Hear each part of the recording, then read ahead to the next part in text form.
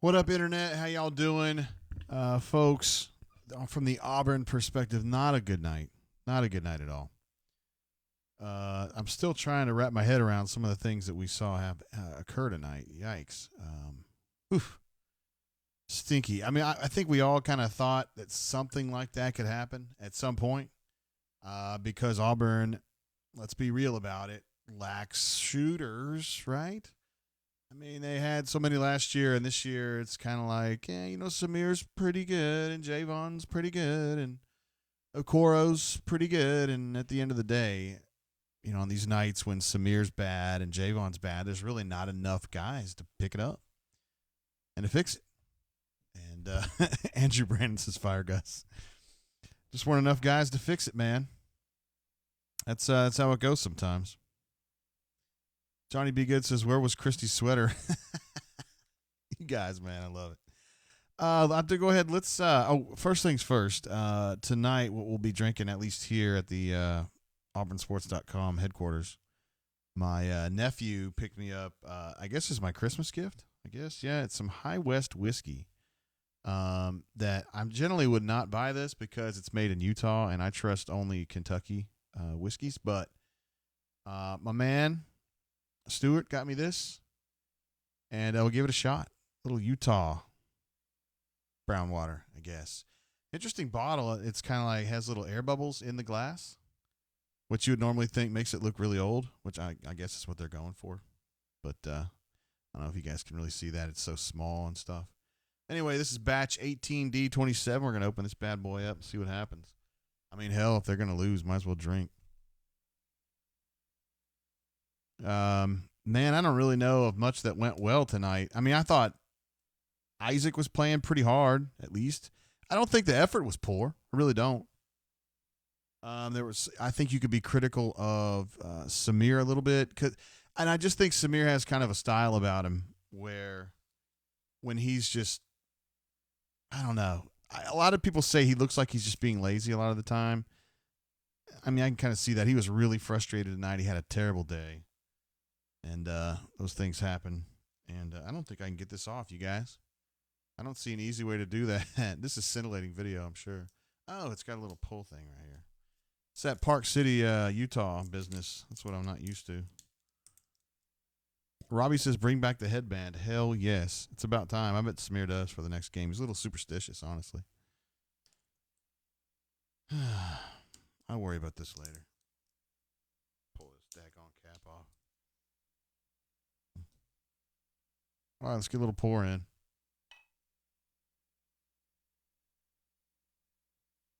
It's kind of it's a little light. Johnny B. Good says Christy's sweater wanted to be there. I did like that sweater last time. So it pours a little light. I don't know. It probably didn't show up well on video, but.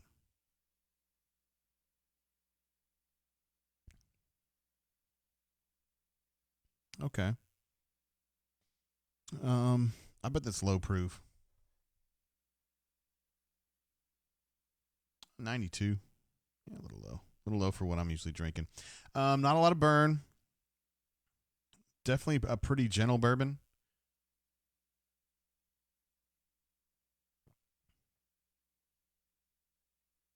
Not particularly sweet. Just kind of neutral. I don't know. It's a little earthy, but not super bad. Not like Rowan's Creek or that rye, the other rye that they have at Willett. It's solid. Solid bourbon. No bourbon. Only Bud Light seltzers after that performance. Yeah. Here's the thing, though. So I broke out the High West. On my pecking order of bourbons, it's not even a bourbon. This would be really low. So anyway, let's take a look at, now that we've got the first pour out of the way, the final box. I've got one pulled up here.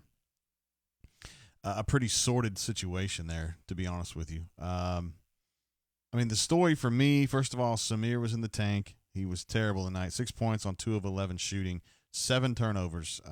Just a horrendous night for him. I've never seen him play that poorly.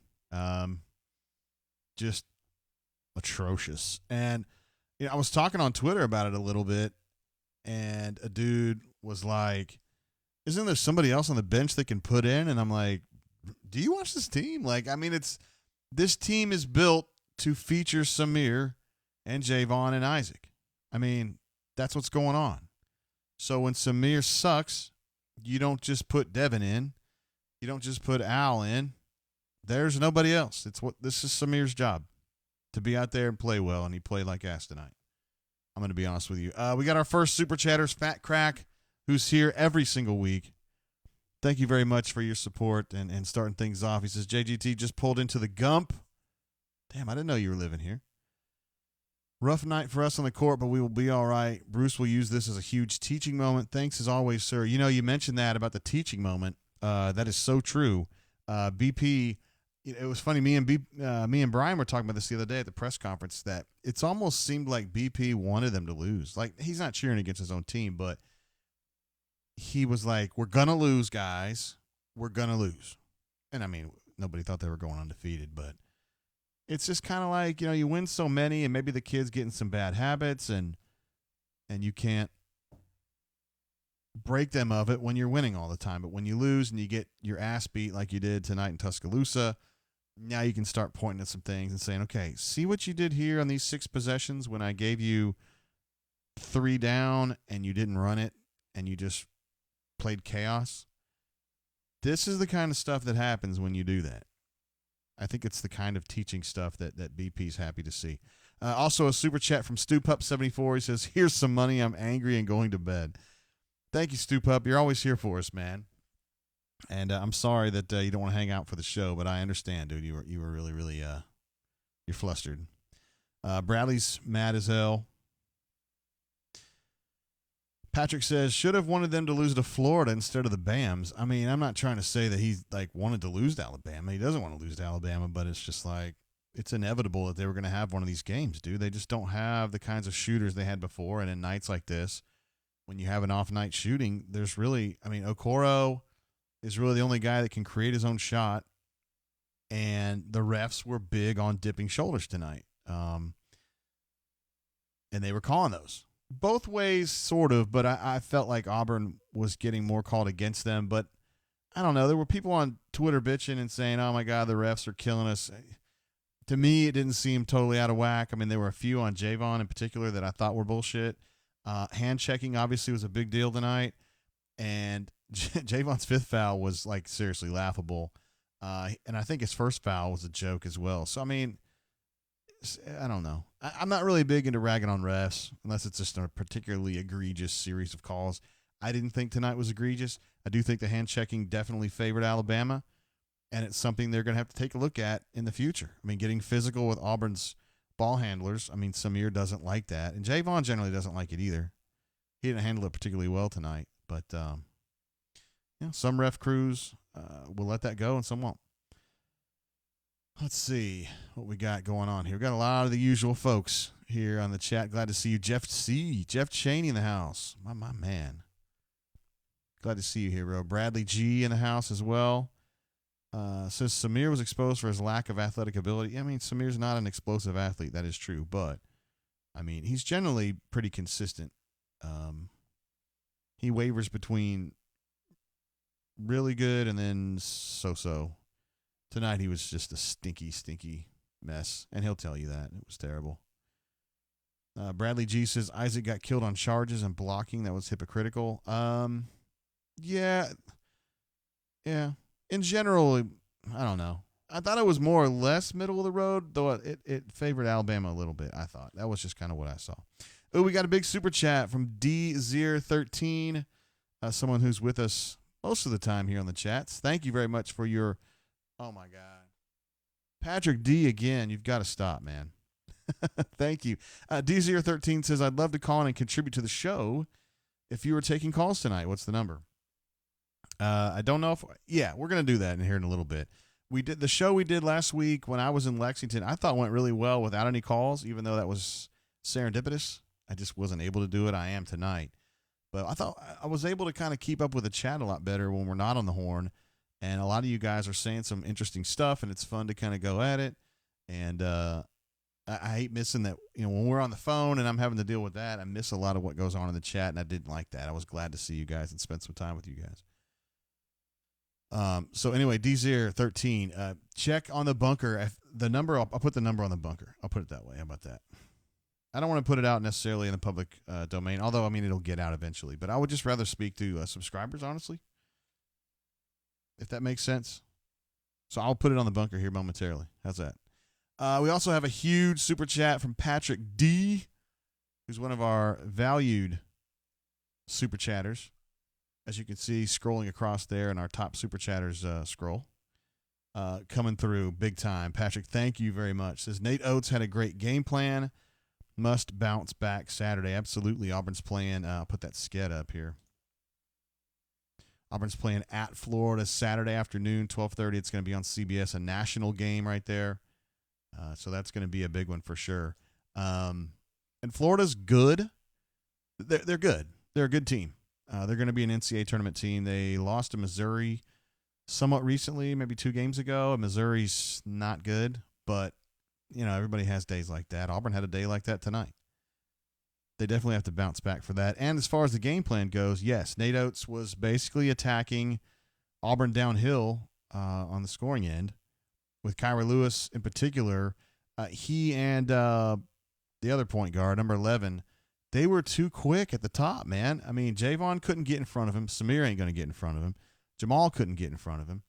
And they couldn't, what BP likes to call it, building the wall. They could not deflect that downhill stuff up at the top. And so those guys were getting into the lane. And in Kyra Lewis's case, he was either finishing at the hole or getting free throws. I think he was 8 of 9 at the line. And then for Beadle, he was just dishing. And, I mean, it's a good plan. I mean, I think it's going to be something you'll be seeing because people know that Samir doesn't have that first step quickness. Jamal doesn't have that first step quickness. Javon is generally better about that, but tonight not so much. So, yeah, I'm with you, Patrick. You got to give Alabama credit for that. The effort and the game plan. I mean, he's a smart coach. That's kind of the thing when they hired him. Not necessarily known as a recruiter, but he is known as a very shrewd and learned coach, as we say. All right, let's see. Chip jokes that my daughter's going to be going to Auburn after all with Patrick Duke's support. That's funny. I mean, she'd love to go to Auburn. It's the scholarship money's not there, but she is. She also likes Mobile. I know you know a lot about South Alabama. That's a good school as well. War Eagle 19 says, "What happened, Auburn? We had a good streak going." That's true. It's tough that they don't go undefeated all year, huh? Yeah, it happens. Again, I thought BP was kind of hoping that would happen.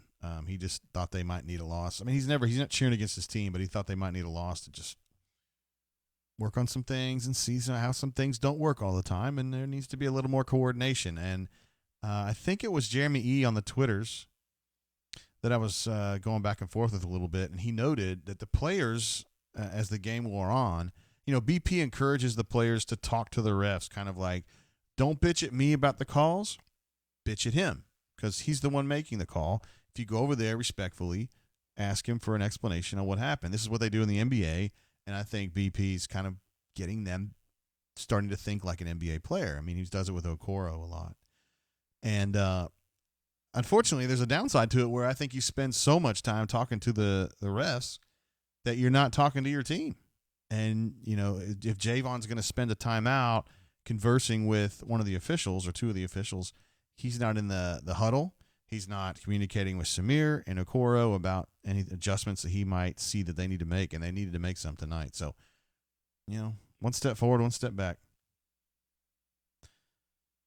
Let's see. William Thomas is tired of Austin throwing the ball 569 miles an hour from 2 feet away in the rim.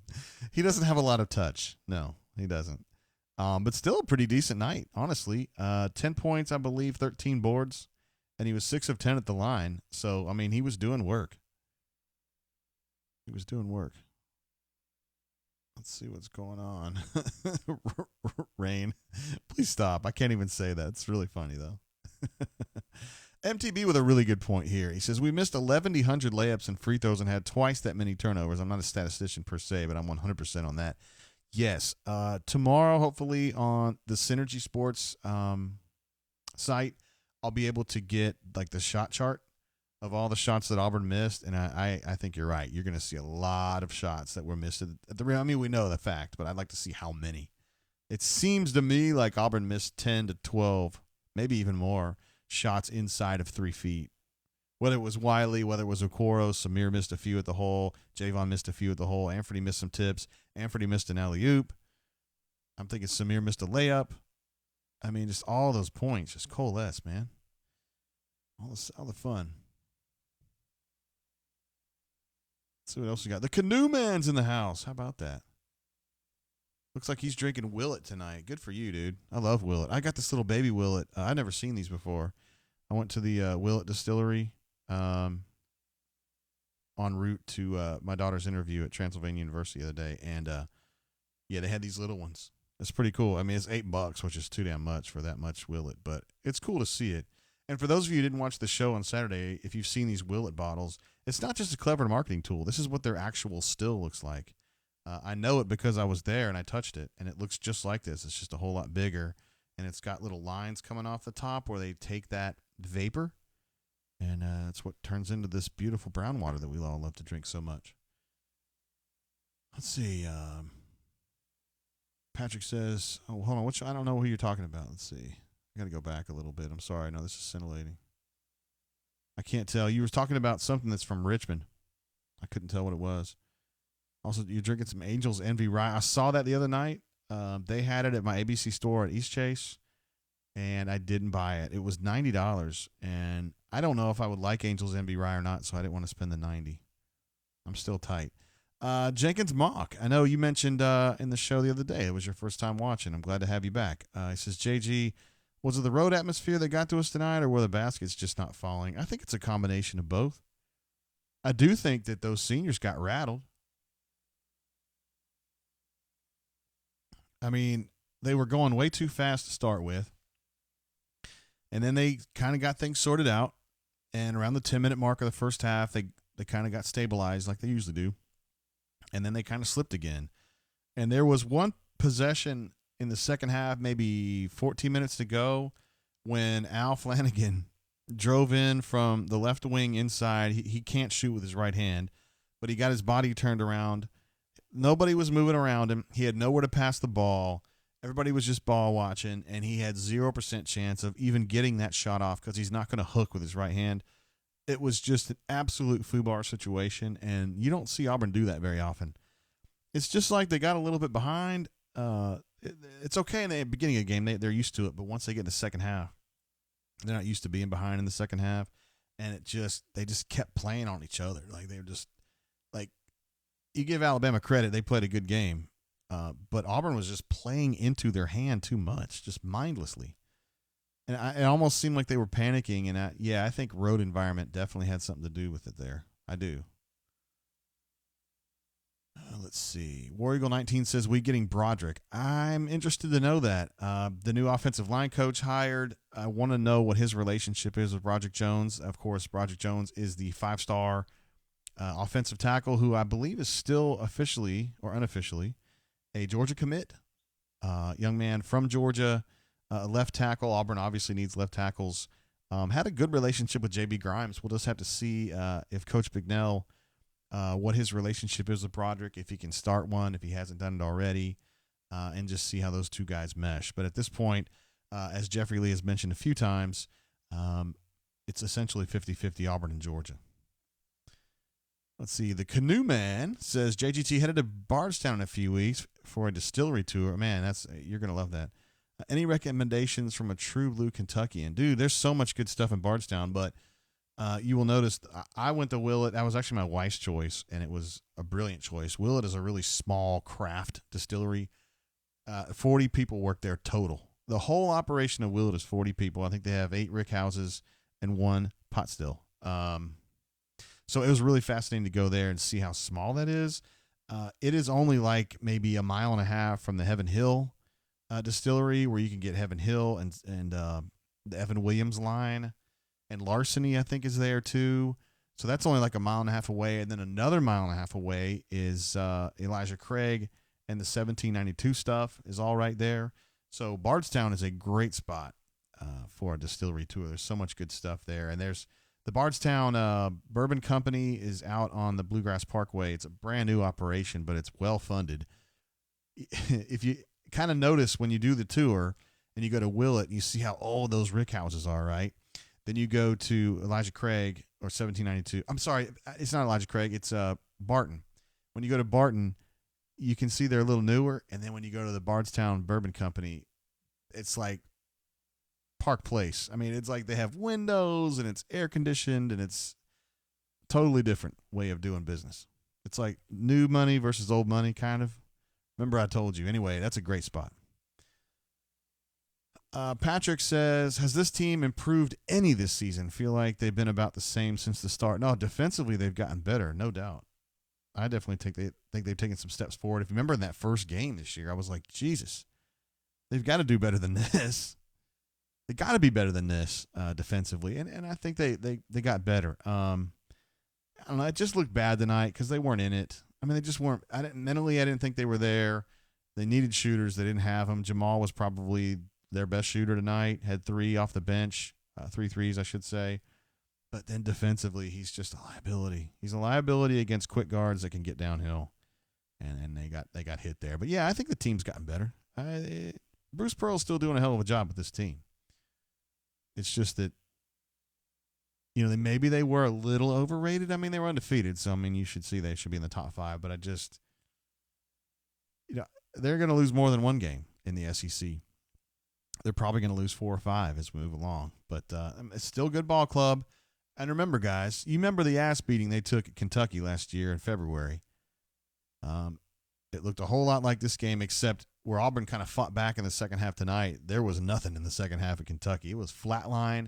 And when I watched that game, I thought, this team is absolutely doomed. Well, guess what? They didn't lose again until they got screwed in the Final Four. So at least they're fighting.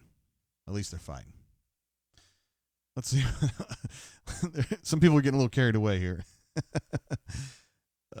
Jacob Garrison says, I hate my life. Not going to lie. I want to cry. Patrick says, no crying with Bruce. I'm going to cry. It hurts. We never led. I know. It's true, man. Let's see. Canoe Man's also considering a Buffalo Trace trip. Buffalo Trace is a great place to go. That's in Frankfort, which is probably 40 miles from Bardstown, maybe 50 miles as the crow flies.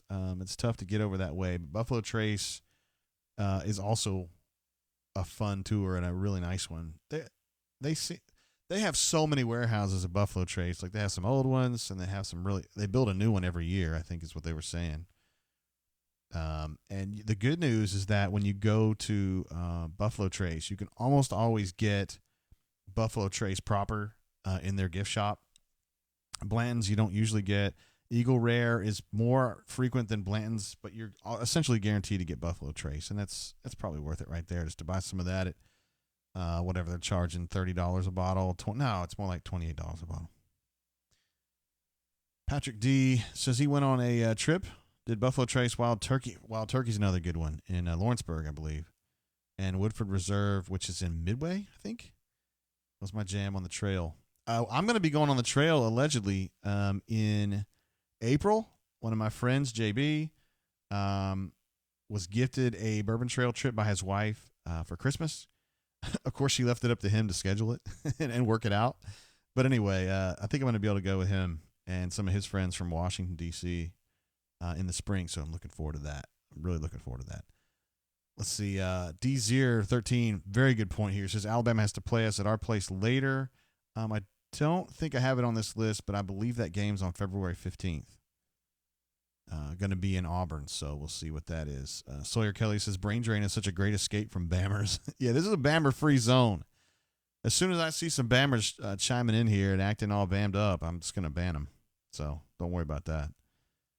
Yeah, that's kind of how we do things. Let's see. I probably need to put this out on Twitter real quick. Also, I'm going to open up the phone lines. I need to do that too. And I promised D0 I was going to put that on the bunker, which I'm going to do right now. I'm putting the number on there right now. Sorry, I forgot about that. Appreciate you guys staying up with me late. I know this is really late. We got 11 o'clock here in the Central Time Zone. It's past midnight now in the Eastern Time Zone. So appreciate you guys. I know there was some, should we do a show tonight or not? And, might as well. I know a lot of folks aren't going to be able to stay up or whatever. Y'all have work and stuff, and I totally get that. I didn't expect us to have a lot of big numbers tonight, but I do feel a responsibility to be here for you guys, and hell, we got stuff to talk about. All right, so phone number now, D013, as I promised you. It is now on the site, and I'm going to go ahead and fire up Skype for folks if they want to call, and we'll see what happens on that. Hopefully this works. There he is. I see you, D0. Apparently called and left a message, maybe. So we'll see what happens here. Lane AU says, no bammers here. Absolutely. We're not going to do that stuff. MTB says, Buffalo Trace is $20 at the wine cellar. Was it the Martin, I guess? Matin wine cellar in New Orleans. Shit, I would love to knock the bottom out of that. Hell yeah. All right, we got a call coming in from the 407. I hope the phone works. I haven't really tried it tonight. Hey, caller, how you doing? Welcome to the show. It's D013. Hey, what's going on, man? Having a great evening. Even though we lost, we're still a very good basketball team, and having a few drinks listening to you and appreciating you doing your show tonight. Hell yeah, man. That's what I do. I love basketball, probably more than football, honestly. And I'm glad that you're being reasonable about this. It's still a good team. I mean, I still think they're going to be a mess in the NCAA tournament. I think they're going to be like a 3 seed, something like that, and they're going to make Auburn proud. I mean, I know people are, after the Final Four trip, they're like, this is what it should be every year. It's tough to get to the Final Four, but this is still a really good team, as you noted. Absolutely. I think there's a lot of things that people are missing about this team because they did, especially a lot of the fringe fans came on last year and saw how well we shot last year, especially at the end. But that was the end of the product. You got to give Bruce some time. I still think this team has capability of being a good shooting team. If you remember earlier in the season, excuse me, they were shooting much better. And then we had several games before you got to the end of December into January where we had like 8 days off, 9 days off, 10 days off. And that's really when our shooting woes started. So I think it's a situation where you get through that where you're busting the rust off and then you're getting into conference play. And this is our second road game in the conference where you're really facing people who are going after your throat. And then it's a rival, and the team's been playing pretty good, Alabama has. Yeah. And we lose a game. And like you said, I think Bruce was kind of expecting this, not wanting it, but it's a good thing in the learning process. It is, man. I think it's going to be something they can definitely learn from. I mean, it was just the kind of messy, mentally cloudy kind of game that I think he'll be able to say, look, if you're just going to dick around and not pay attention to what we're actually doing, you're going to lose by 19 on the road. Do you want to do that again? Yes or no? If the answer is no, you better pay attention to what we're doing here. Absolutely. I think the discussion is going to be similar to what it was after the Kentucky game last year where we got railed. And there's a couple things they really need to look at the point guard. I mean, I love Javon, and but he is – I think you had mentioned this at some point in the past where when he gets really bodied up by somebody and they really D him, from the midcourt in, he has trouble with that. He's got to adjust to that. He's got to get a little better at that. But there's so many assets on this team and so many points of growth potential. I'm not really worried at all. They're going to be very competitive throughout the season. They have a chance to win the conference. They have a chance to win the conference tournament. And then anybody who's been watching basketball for any period of time knows the big dance is a crapshoot. You just get in there, you do the best you can, hope for good matchups, and go where you can go. Yeah, it is a crapshoot. It's all about matchups when you get that deep. But they're going to get there, man. I mean, you think there was like a decade and a half where we just wanted Auburn to get in the tournament, and now that's a given. Exactly. So I mean, that's a big step. It's awesome. It's just awesome to be here. Hey, Jay, I want to say thank you very much for doing these things, and I don't want to take no more of your time. Appreciate you for taking my call, and have a great rest of your evening. Hey, thanks for being a super chatter, DZ. I appreciate it. My pleasure. See you, bro. Sorry, guys. Dang, I started coughing. Good stuff. I think that was his first call here on the show, so that was awesome to have DZ, one of our most consistent super chatters here on the show. All right, we got a call coming in from the 804. Let's see what's up. Hey, caller, how you doing? Welcome to the show. JG, it's Why Not AU, man. What's up? What up, man? How you been? Oh, I've been great, man. Tonight was a little fun, but we worked through it, right? Yeah, I think this is your. I want to say it's your third call into the show, maybe fourth. How many think? Yeah, man. Yeah. Also known as the Super Chatter Patrick Duke. Are you? So, I did not know that was you. Yeah, man. Yeah, that's awesome. Dude, I appreciate you so much. You've been so incredibly generous. Thank you. Well, you know why? Because it's a lot of fun talking sports with the crew on the bunker and you guys. So, hey, it's something that I enjoy. Man, I appreciate you so much. All right, so after this game, obviously you're not stoked about how things went down, but, I mean, does it change your feeling about this team? Or are you about the same – you feel the same way now as you did? No. I really thought this would happen, not in the way it happened, but because I've watched Alabama this year and seen them get better. Yeah. Their guard play is they probably got 3 guards better than our starting 2 when it's all said and done, and they exposed the matchups. And Oates did a great job. Who knows? He may have been scheming for this game for weeks. But he clearly, with the picks, the 2 picks at the top of the key, just, getting Lewis in a position where he could just go around our defense. I mean, he exposed everything about us. He did. And I don't think Bruce will let that happen again. But I also think Bruce may be a little bit okay that it happened. I think he's been waiting on this to happen. Yeah. And I believe we'll respond.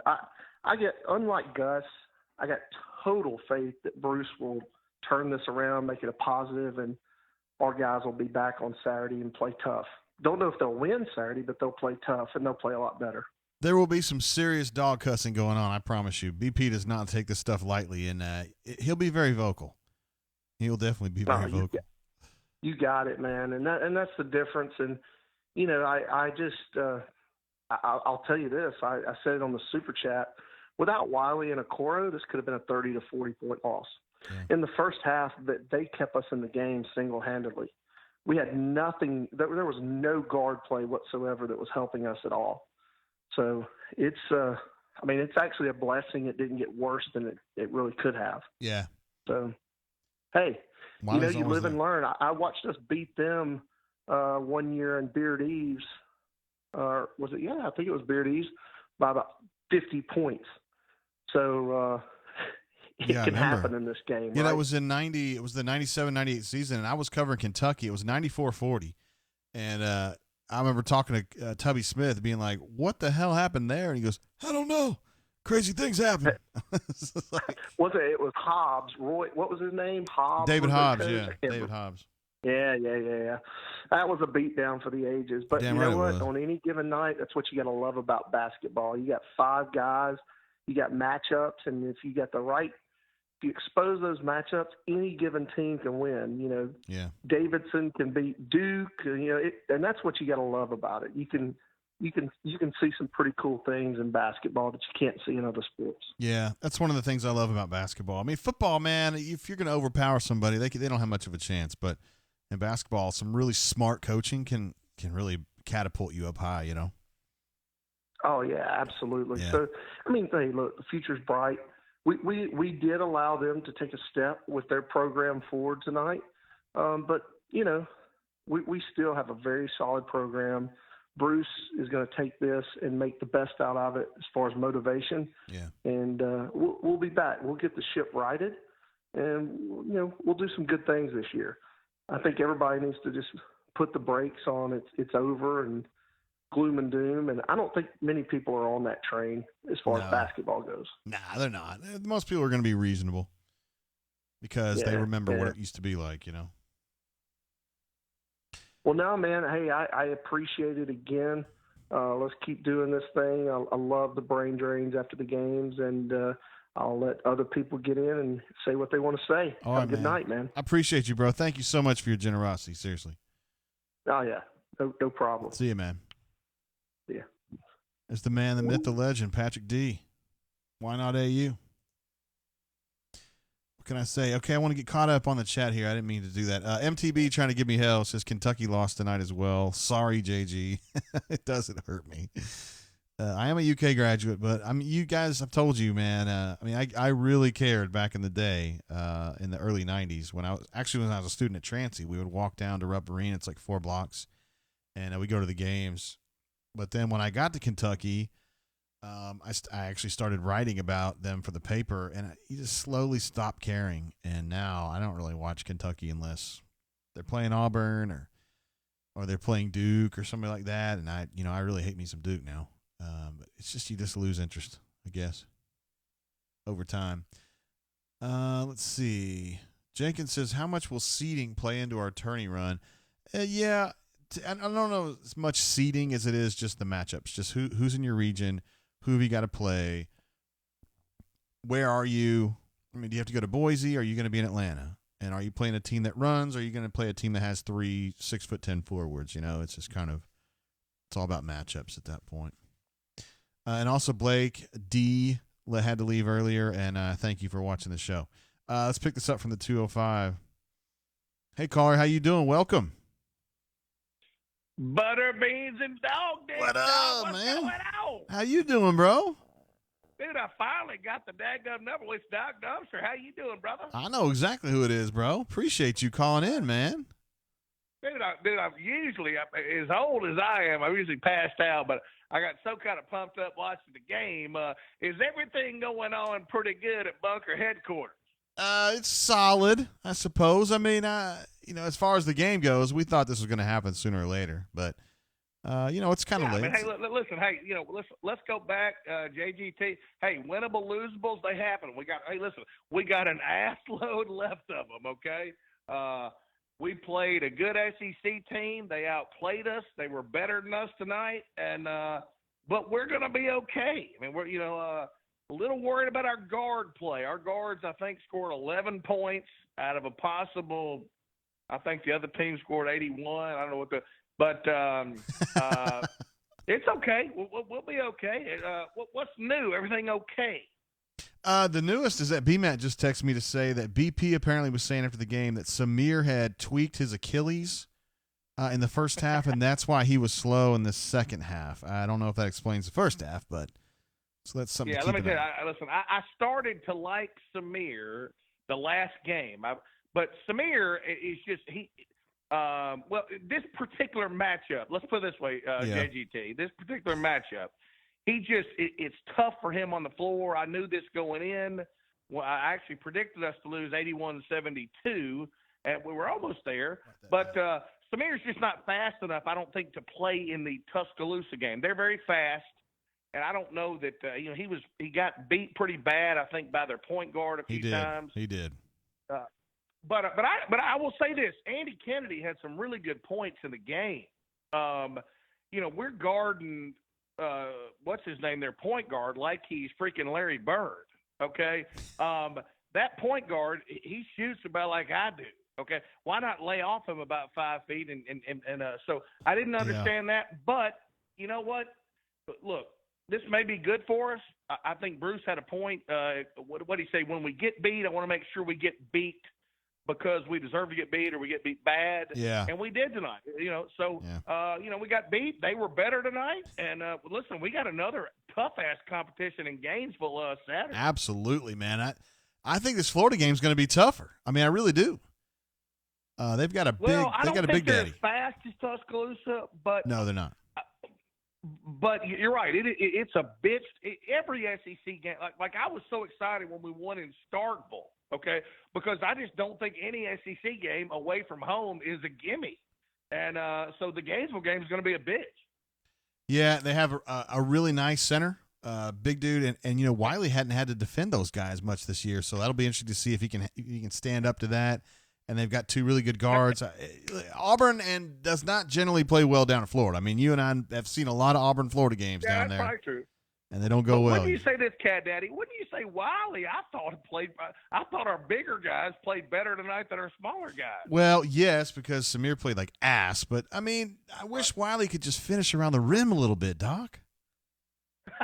Just a little. Hey, didn't it feel like we missed about 50 one-foot putts? Yes. I mean, it looked like Jason Duffner out there with a freaking 31-incher.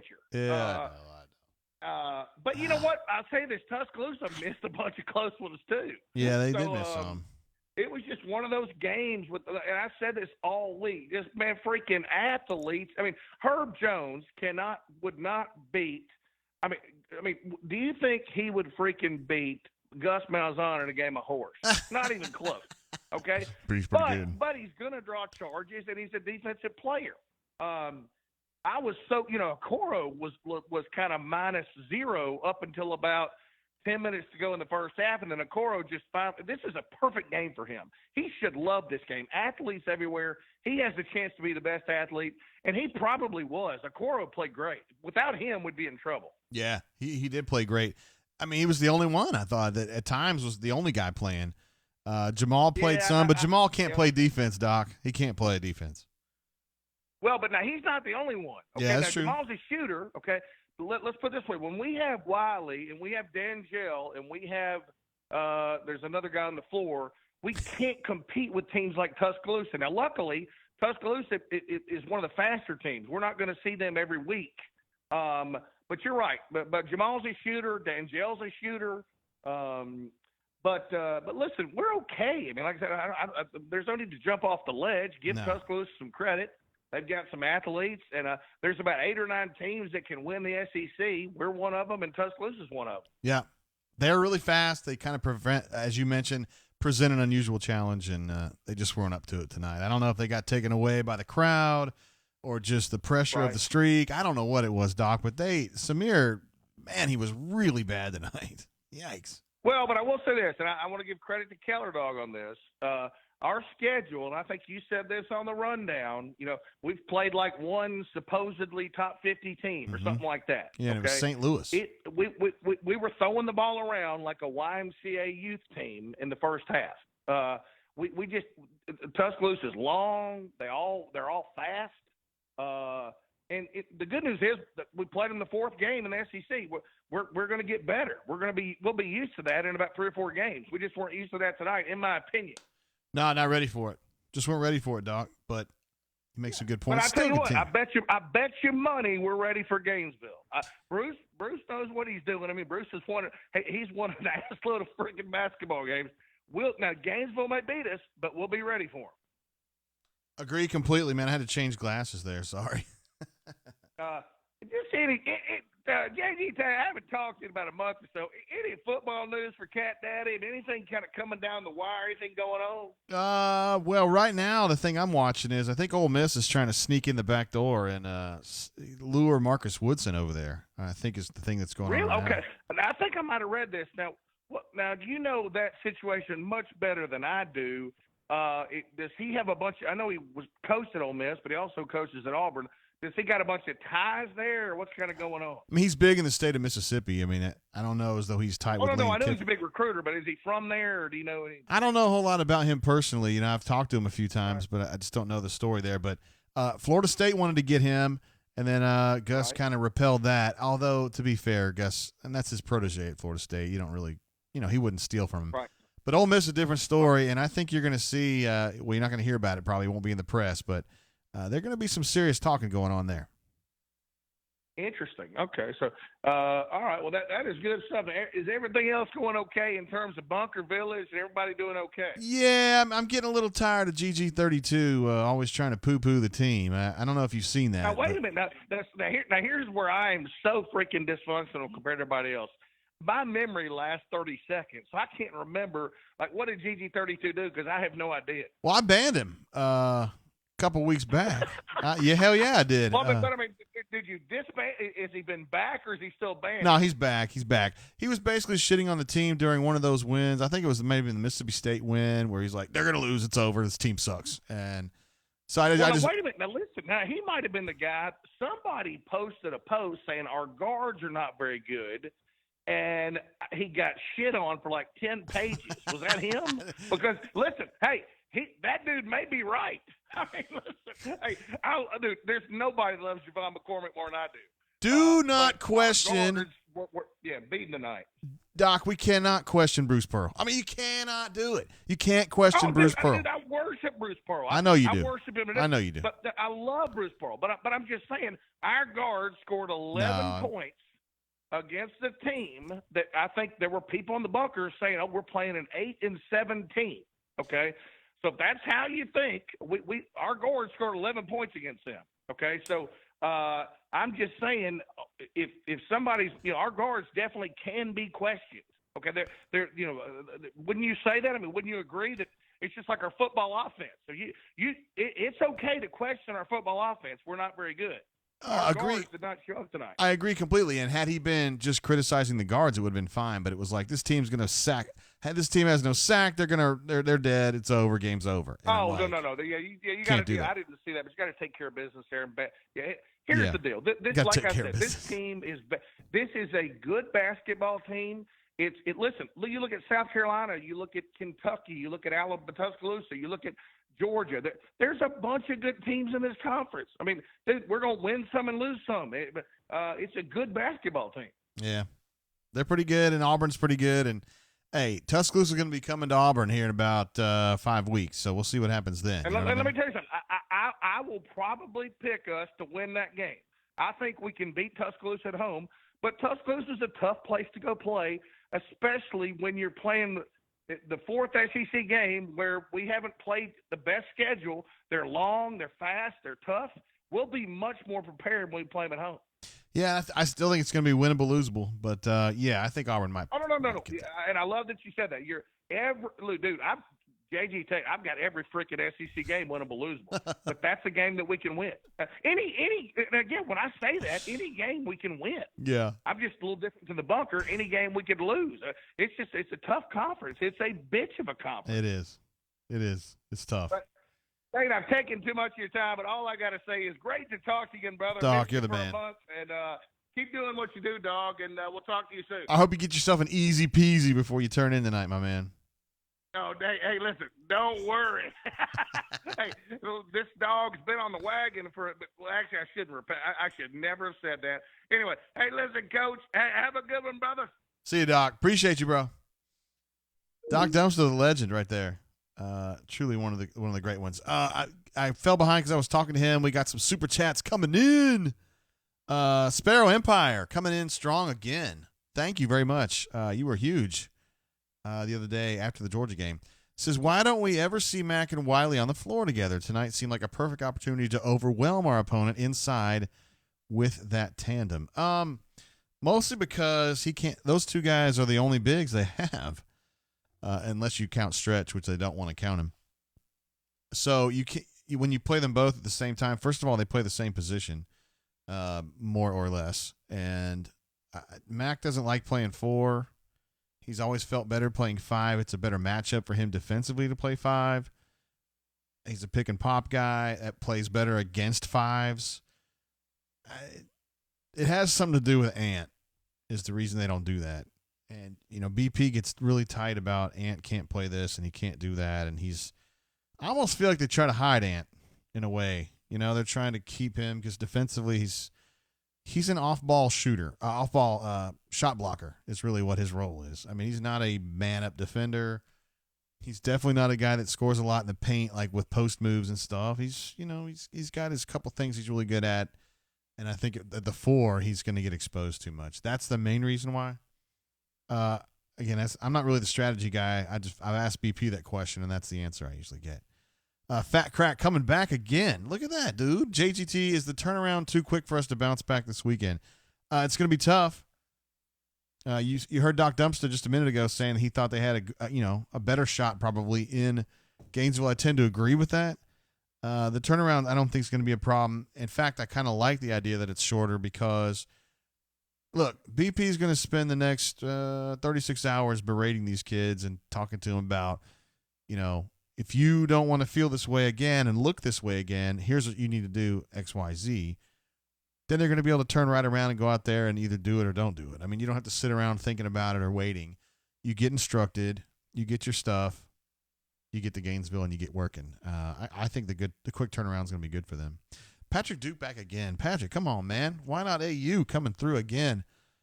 Says, yes, Sparrow Empire is agreeing with the concept of Ant and Wiley playing together. Let's get another record tonight.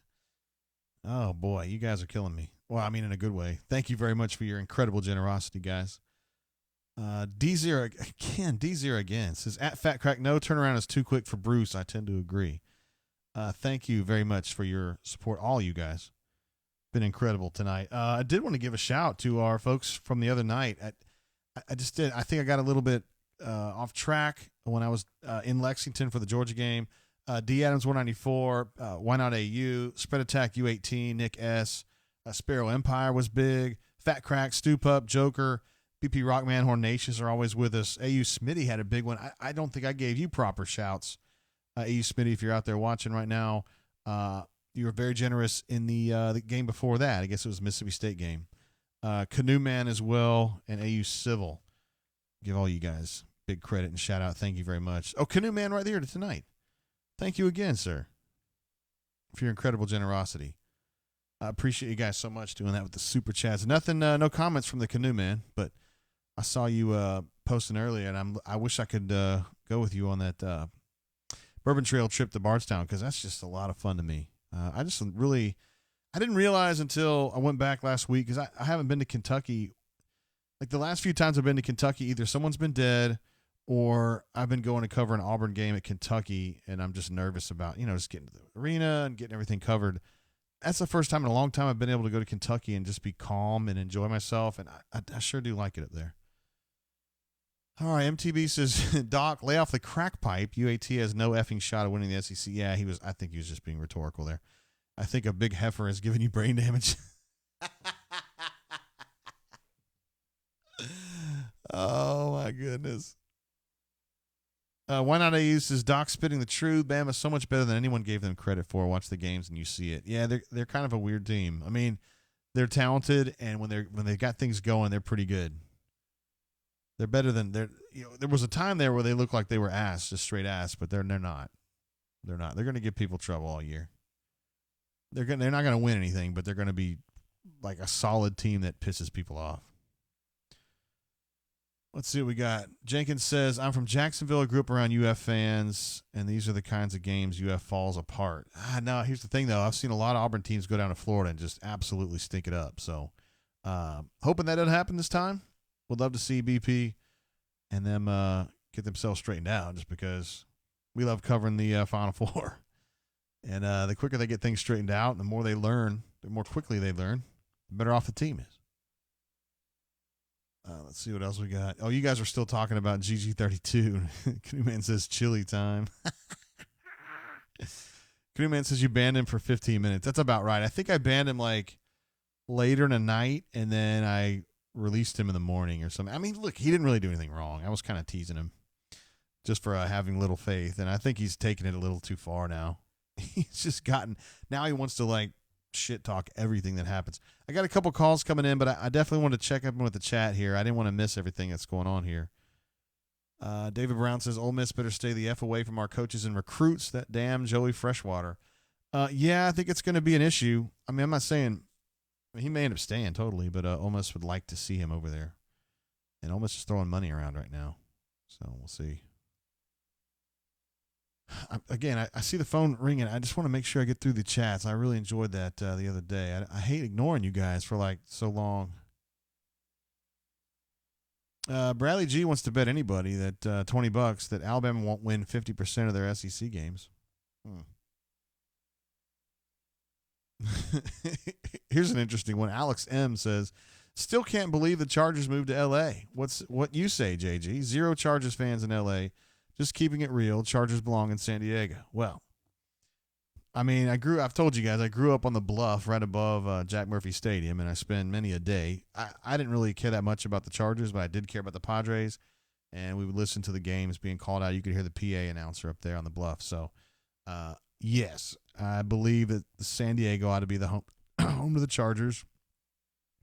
And it doesn't bother me that the Chargers suck now that they went to Los Angeles, and, that's what you get.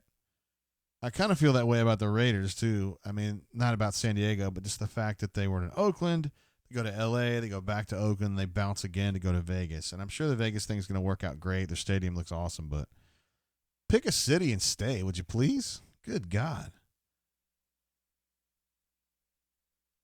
JG is from Jenkins again. JG, we usually win because BP's game plans so well and the team executes the game plan so well. Which end failed tonight?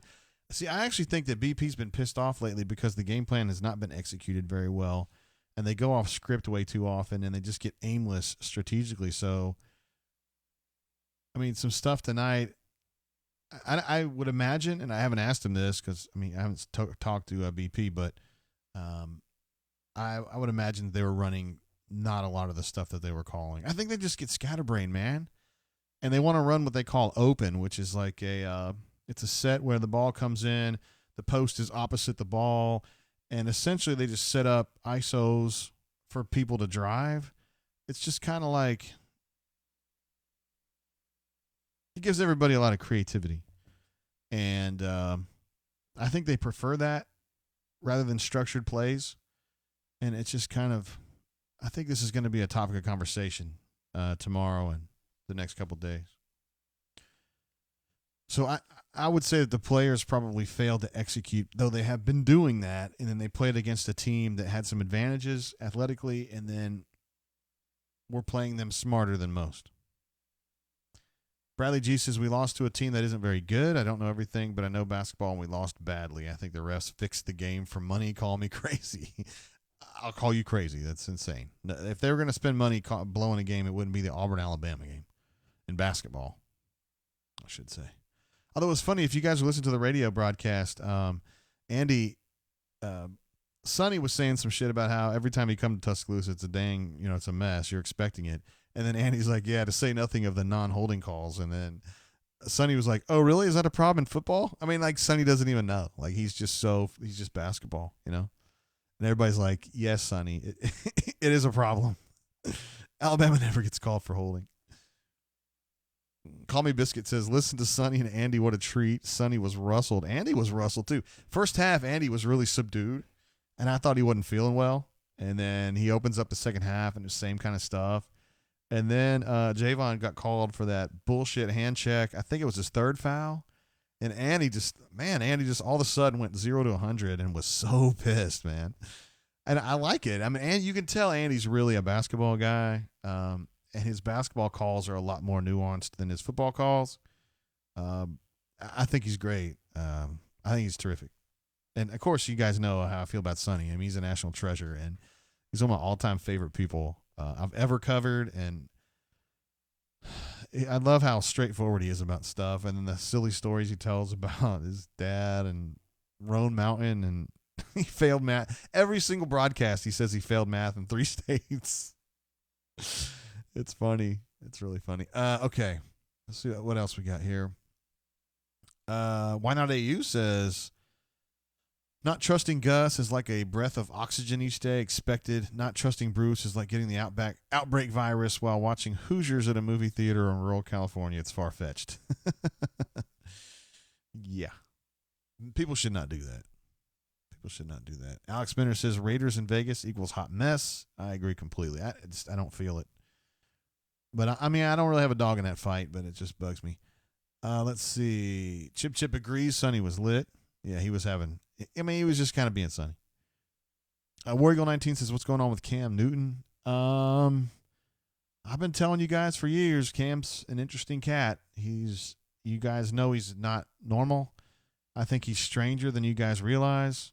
And I think that he's always going to be a guy who's at risk for early retirement because he's made about as much money as anybody in football. And there are times when I wonder how dedicated he is to the game. I mean, he didn't grow up rich. And I mean, all of a sudden, let's see, it's 2020. He's been playing football for 9 years now. He's gotten his brains beat in every damn year because the Panthers never have a line for him. And he runs the ball a lot, so he takes a lot of hits. He's been concussed more than he's told. You see Kuechly retire the other day. I just wonder if that's something that he's thinking about. I mean, I think it's tougher for a quarterback than it is for a linebacker because a linebacker, you're never going to avoid collisions. Patrick Willis was the same way. Quarterback, you don't think about them getting hit as much, and maybe Cam Newton feels like he can get into a situation on a team where he can get better protection and he won't get hit all the time, but I don't know. I just wonder how much he cares these days. And I don't blame him. I don't blame him. If I was Cam Newton, if I woke up every day and my body hurt, I would just bounce, man. He's already made enough. And despite what it looks like, because he's a guy that has some conspicuous consumption about him, I honestly think that Cam Newton inside is a fairly frugal dude. Seriously. He has to kind of floss a little bit because that's just the way that culture works. The NFL culture, you're Cam Newton, you're a superstar. You like to think that you're kind of a fashion guy. He's got to look a certain way, you know. But I think you'll see when he's done with football, he's going to be wise. I believe that. And his dad's a good dude. I know his dad gets maligned because of some of the stuff that went on in his recruitment, but Cecil's a good dude. I used to talk to him a bunch. He's really friendly to me. This is before all the trouble went down. He's an interesting, nice dude. It's too bad he got vilified the way he did, and some of it he brought on himself, to be fair. Canoe Man says his Cam's stranger than his dress would indicate. I know, he gets out there sometimes. He's always been that guy, though. He just didn't have any money before. But, I don't know. I don't know. I like Cam. And I'm surprised he ended up being as good as he did because I always wondered, like, how much he really cared.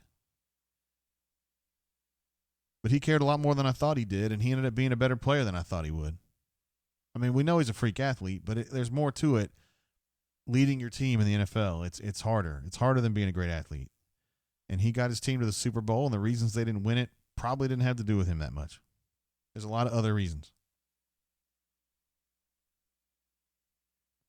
And he's the reason that Panthers have been relevant for the last 8 years. No doubt about that. Hell, he still couldn't save Rivera's job. Let's see. Cam needs a change, Patrick D says. Yeah, probably. But, I mean, I'm sure Joe Brady feels like he can, wean a little bit more out of him. I don't know if he can protect him, though.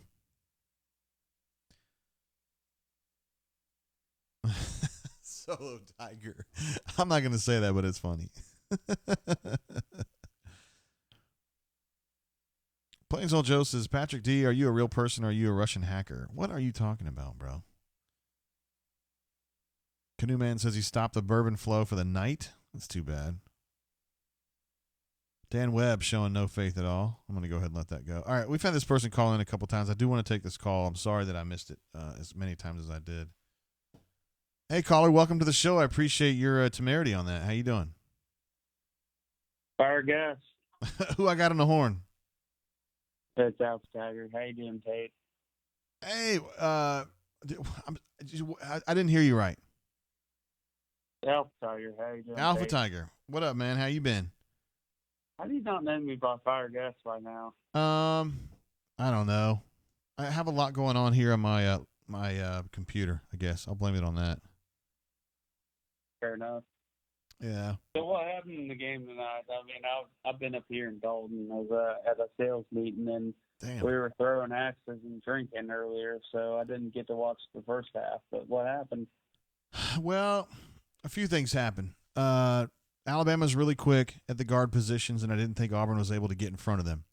Samir had a really bad night, and nobody shot the ball well, and that's pretty much it. Nobody could get in front of Alabama's guards, and Kyra Lewis had like 24 or something like that. Just killed him.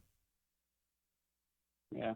Well, I mean, to be quite honest, I think this team needed a loss like that. Yeah. It always sucks that it comes in a game like against Alabama, but this team needed somebody to beat them, show them, that they're not the end-all, be-all of NCAA basketball.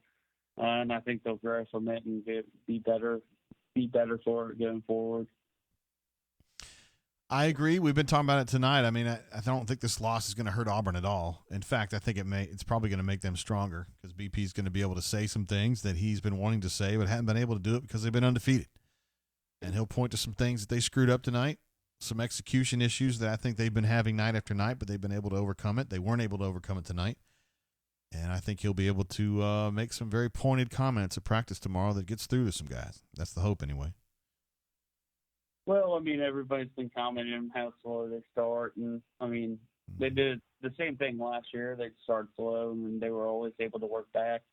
But you don't have the three-point shooters this year that you had last year. And I think that makes it a lot tougher in a lot of senses to try to battle back because you don't have Bryce, you don't have Jared, you don't have Chuma.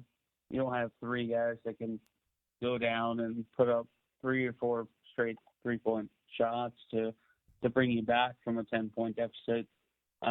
They've had the defense that can kind of help you work and battle back, but when you have a team that's, putting pressure on your offense consistently, it kind of makes it tough to battle back like that. Yeah, they don't have the shooters. We talked about that as well. And, I mean, Okoro's been getting better. And Samir, when he's hot, which he hasn't been lately, but when he's hot, he's good.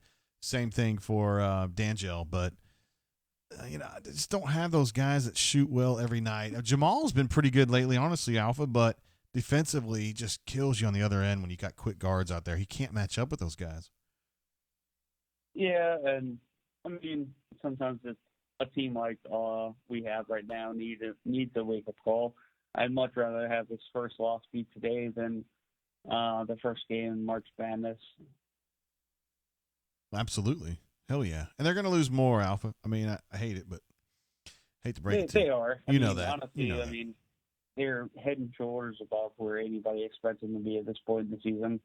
And quite frankly, I mean, I'm not even quite certain that they have the potential that last year's team had.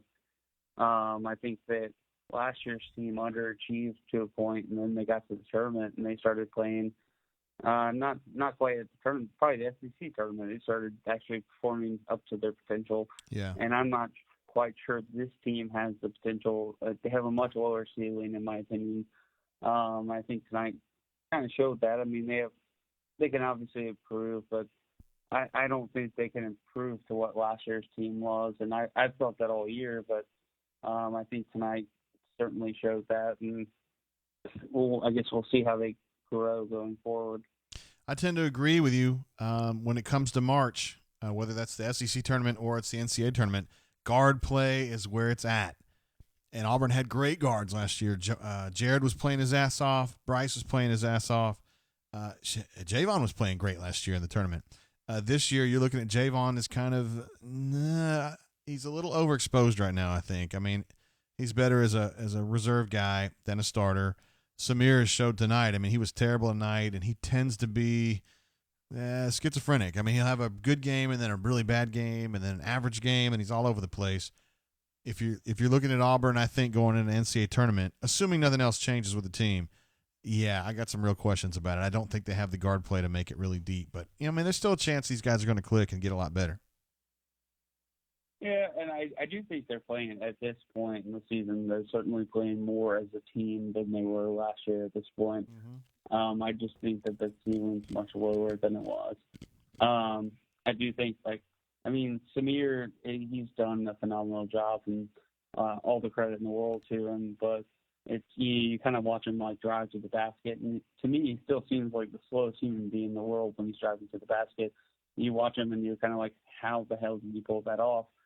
But he somehow does it. But it seemed like tonight that wasn't clicking. Seemed like McCormick was struggling a little bit. A lot of turnovers. Obviously, you can't do that against a team that they can put up points, and that's what happened tonight. So 7 turnovers for Samir, Alpha. Yeah, I mean, damn. It's not even a primary ball. I mean, that's pretty bad any night for anybody. But like I said, I think this team needed that loss, that kind of come to that, I guess, seeing reality and what it is and where they are in reality, and seeing where they can go forward. Yeah. So hopefully they grow from that. But what do you think of the new O-line hire, Bicknell or whatever his name is? Yeah, solid. I think he's a guy that is known as a technical guy that's going to get the most out of his players, and I think he's going to evaluate well. I don't think he's a good recruiter. I think he's going to be okay, but I think he's there to make the most of what they have and evaluate guys and let other people go and make sure they get signed and close. So, I think the argument is he's going to be better than JB at doing stuff JB did. Yeah. Do you think he's better than JB in terms of technical and I coaching do. him up? I love the fact that he's coached in the NFL as long as he has. I think that's a big plus. I do, and I think that should be a big plus in the recruiting aspect. And I'm kind of disappointed that you don't think he'd be a better recruiter, because quite frankly, I mean, you look at somebody with that NFL experience. I mean, obviously the big thing against Malzahn has been like the offensive linemen that he has put in the NFL, like Sean Coleman, Robinson, and some of the other guys. And the big thing about Malzahn's been how his offense and how his offensive line, how it's translated for those guys and getting into the NFL. And I'm kind of curious as to how, I guess, this NFL guy with this NFL experience, I guess, Bicknell, and how he can kind of counter that and be like, hey, how can he coach these guys to, I guess, working out Malzahn's offense, but still prepare them for the NFL? That's what I think that's his pitch. He's not a good recruiter, and I guess that's kind of my big concern. You would think that he brought him on to be, because he could recruit them under that aspect, but you don't seem to be very confident in his recruiting abilities. I mean, he'll probably be all right. I just think the fact that he could go into a house now, which is something JB couldn't do, and say, hey, I've been in the NFL. I've coached 6 or 7 years in the NFL. I've been a college head coach. I know how to get kids, and I know what it's like to play offensive line in the NFL, and I can get your son playing that way. And JB, he couldn't say that. He couldn't say I've got 6 or 7 years of NFL experience. I think that's going to resonate with some kids, and I think it's going to make him a better recruiter. I just don't know if he's not a lockdown guy like Marcus Woodson or T. Will. No. Maybe Carnell's getting to be that way. Well, I certainly think it'll help us maybe potentially in the Mid-City area, but, obviously pressing issue. We got that big offensive lineman, Broderick Jones, and with Georgia. How do you think that he'll be able to, I guess, work against Matt Luke in that case? Obviously something he's worked underneath. And how do you see that necessarily playing out in the next That's going to be tricky. Or 3 weeks? I still think it's going to come down to Rodney Garner. I think he's the guy that's going to have to close that deal right there. I think Bicknell, I think he's going to play into that, but I think Rodney Garner's got to go over there into Georgia and get that kid. And he's had a long career made on going and closing deals in Georgia and getting kids signed. So, if it's Rodney Garner up against a wall, I like my chances with Rodney Garner. I'll just put it that way. That's fair. I mean, Rodney's a badass. He certainly doesn't give you. He's hard to read because like you've alluded to in the past, he kind of works behind the scenes. He does. You don't hear much out of him throughout the, I guess, recruiting season, but then he turns out big results at the end. I think this is a big one for him. I think this staff and the staff as a whole, I think, needs this recruit, and not only the staff, but I mean, quite frankly, our offensive line for next year. So I think this is the guy who could step in from day one and be a starting tackle. And he's going to be. Kind of like we did with Bo Nix this year. You just kind of take your lumps to go with starting a true freshman, but he's your best foot forward in the long run. That's what'll happen with him. If he signs with Auburn, he's going to be starting from day one. Alpha Tiger, you're a badass. You're a beast, and I will work on picking you up, knowing you right off the bat, all right? I appreciate you, Jay. Have a good night. See you, Alpha Tiger. Appreciate you. Alpha Tiger, a frequent caller of the show and a valuable member of the bunker community. Glad to have him. We did have a super chat while we had Alpha on the horn. It was Deezer saying, take more calls, JG. Well, I just did. So there you go. And you got Alpha. So hope that was what you're looking for there. Got a lot of good super chatters tonight. Thanks, guys. Appreciate you. You all had a lot of people coming back. Why not AU again? Deezer coming back. Stu Pup. Stu Pup was frustrated. He dropped a super chat and took off. I think he was frustrated, but he probably has work in the morning. Fat Crack ×2. Sparrow Empire. I appreciate you guys being supportive of the show and whatnot, and just being here. Appreciate that. Missed some stuff. Let's see. Yeah, Deezer's talking about Davion Mitchell. I really like Davion. He was kind of like one of those kids. He and New Williams, and they're both gone, are two kids I just really, really liked and talked to a lot. And I still keep up with New and Davion just because I liked him so much and got to know him in recruiting. And Davion's really happy at Baylor. New, I mean, he's playing for a team that's not very good. You know, Baylor's really good this year. Fresno State is not great. They played last night on national television. They lost to San Diego State. Played fairly well.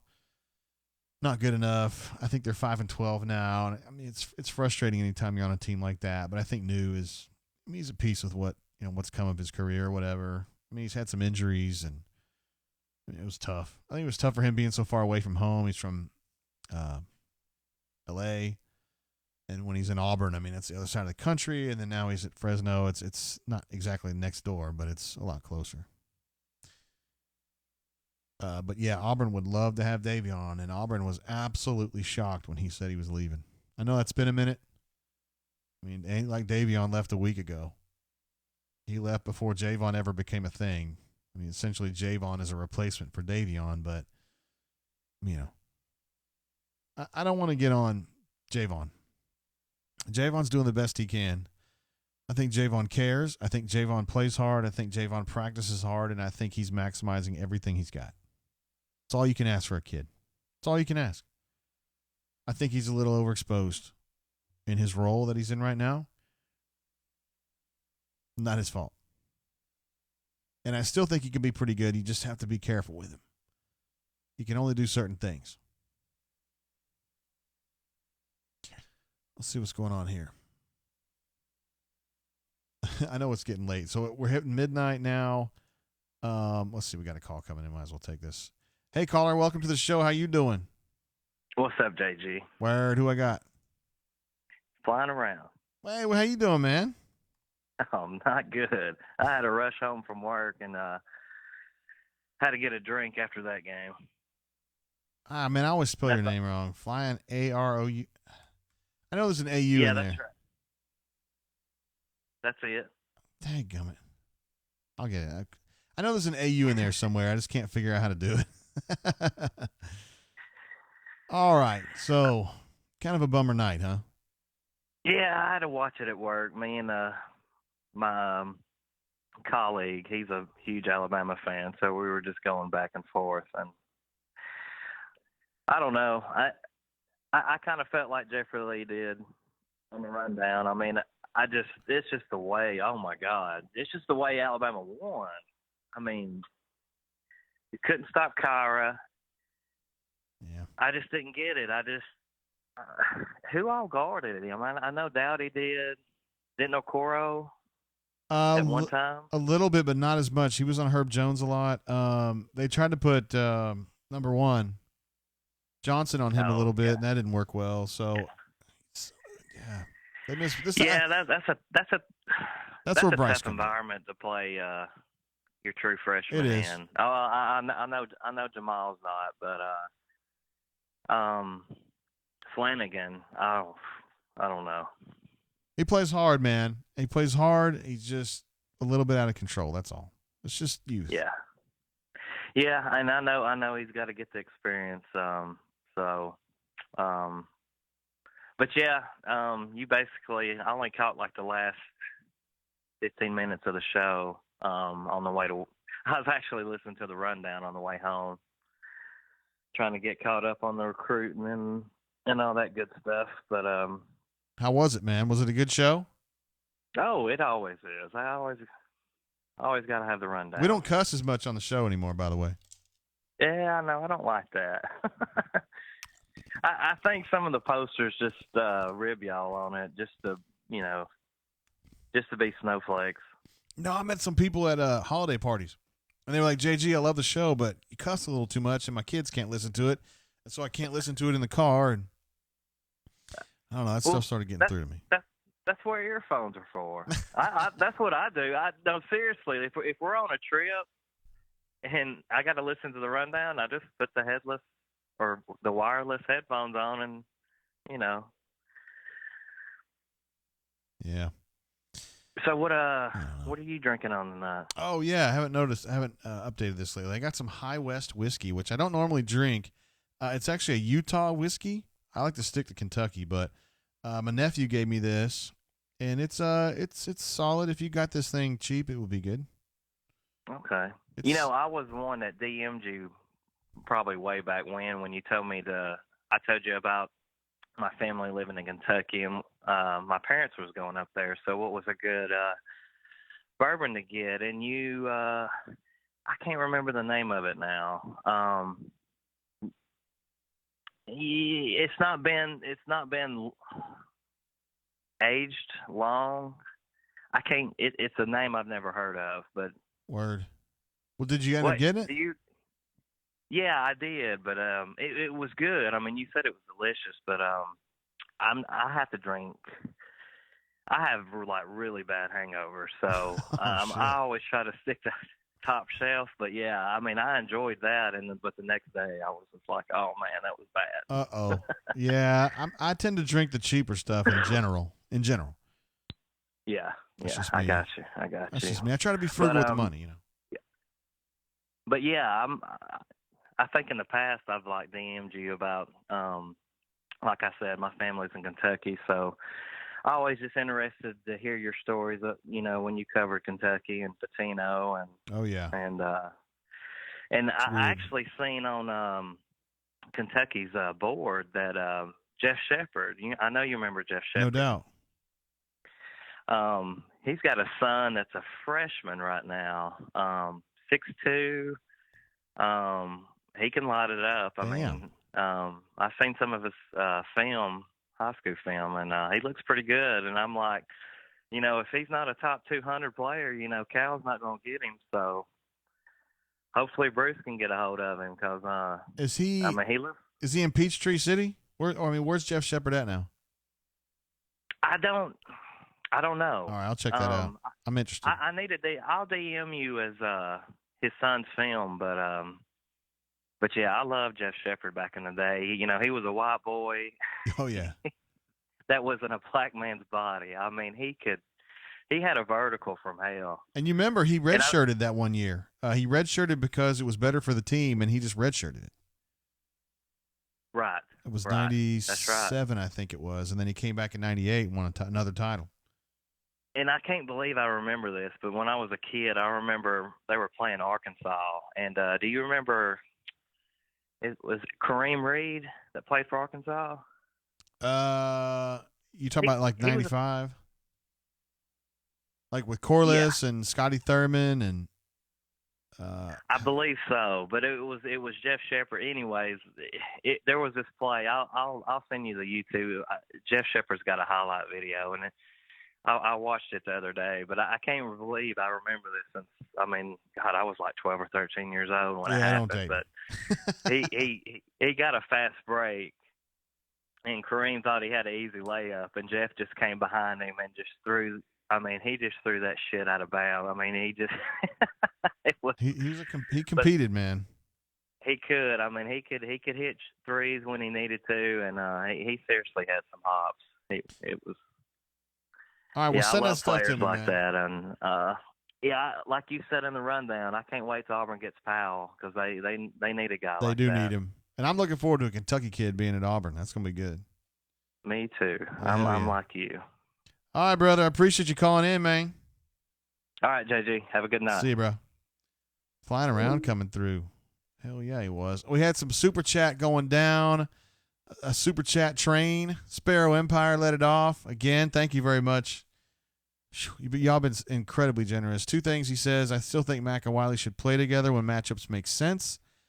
And us pressing up on Kira tonight was a massive mistake. Kyra, excuse me. That was a massive mistake. I tend to agree. I think Doc Dumpster mentioned that as well on his call, that if the dude can't shoot, why don't you play off of him a little bit, give him some room to do his little shaky bakey, and then it's not a big deal because he's not going to kill you from 17 feet. It's fair. It's a fair question. And I don't have a good answer for that right now. Patrick Duke also jumped in again. Thank you very much for that, sir. This is Sparrow and the other super chatters are awesome. Jenkins Mock jumps in with his first super chat. Says, my favorite AU sports reporter. I did see where they're up there talking about my double chin or whatever, bro. That wasn't very nice. Although it is factually correct. At least I don't have a triple anymore. I used to. But thank you very much for your super chat. And then Patrick Duke comes back and like matches Jenkins. Says Jenkins killing this thing. You guys are crazy, man. Thank you very much for the super chat train there. Let's see. Sparrow says, guys, please refrain from mentioning football during this glorious time. We just talked a little bit. That's all. That's all. Let's see. Oh, yeah. Call me Biscuit. I hear what you're saying, man. About the Jeff Shepard thing. I mean, I love Jeff Shepard. He was really good to me back in the day. But he's like, Chris Farley, remember when? That was awesome. Yeah, I hear you, man. All right, guys. We'll probably wrap it up, man. We're at an hour and a half now into the show. I do want to give, man, we have so many awesome super chatters. Canoe Man.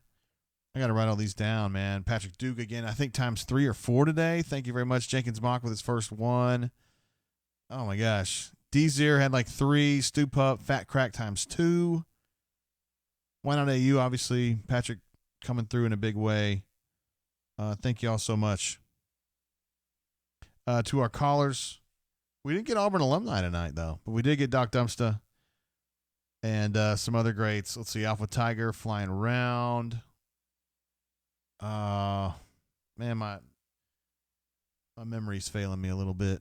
I know we had a few before that, too. Dadgummit. Oh, these are called. He let us off. For sure. So, yeah, all we have are the embers, bro. Solo says, yeah, the chat has devolved into stock market talk. It's bedtime. You're probably right. To be fair, I mean, it's 12:09 here in the Central Time Zone. It's 1:09 Eastern.